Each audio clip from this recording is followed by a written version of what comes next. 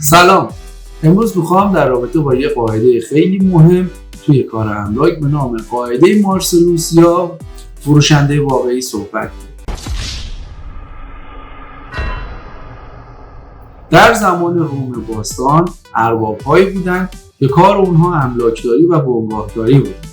اینا برای فروش املاک از یه سری برده استفاده میکردن که یکی از این برده‌های خیلی باهوش که کار خوبی هم داشته آقای مارسلوس بود.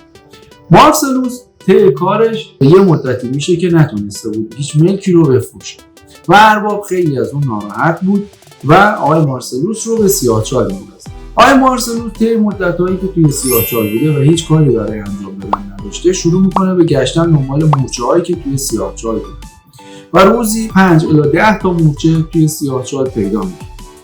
یه روز که غذا براش میارن و غذاش هم نونقندی بوده، یه تیکه از اون نونقندی‌ها میفته روی زمین و بعد از چند ساعت آقای مارسلوس میبینه که ای وای تعداد خیلی زیادی مورچه روی اون نونقندی جمع شد.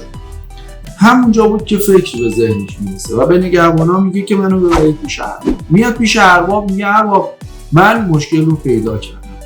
میگه مشکل چیه؟ میگه مشکل اینجاست که ما برای مشتری ها دنبال ملک میگشتیم و ما باید به جای این برای یه ملک خوب دنبال مشتری باشیم و ملک خوب در حکم همون یه تیکه نونقندیه که مورچه های زیادی دور اون جمع میشه. حالا ملک خوب چه ملکیه؟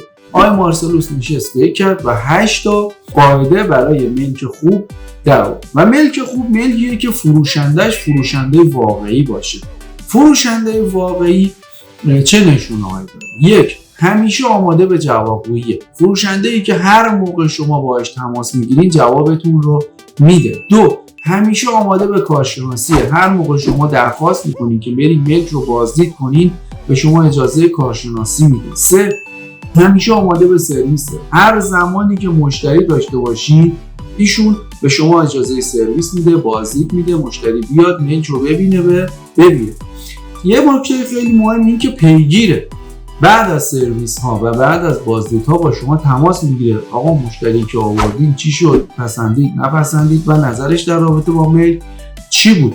همیشه آماده به جلسه است. و پنجمین نکته اینی که هر موقع شما جلسه ای رو بذارید ایشون آماده است که بیاد یه جلسه یا نشست برای فروش با خریدار داشته باشه. 6. نسبت به قیمت‌های منطقه هم واقفه. خودش میدونی که ارزش ملکش چند هست و قیمت منطقه چند هست و قیمت بالاتر از عرف رو هم اعلام نمی‌کنه. حق نسبت به دادن کمیسیون هم واقفه و هدف ما از معامله یک ملک دریافت کمیسیونه و اینکه مشتری باید این رو بدونه که اگر برای فروش این ملک عجله داره و واقعا میخواد اینو زود بفروشه خب باید به نسبتش به ما حق و زحمه بیشتری هم پرداخت بکنه.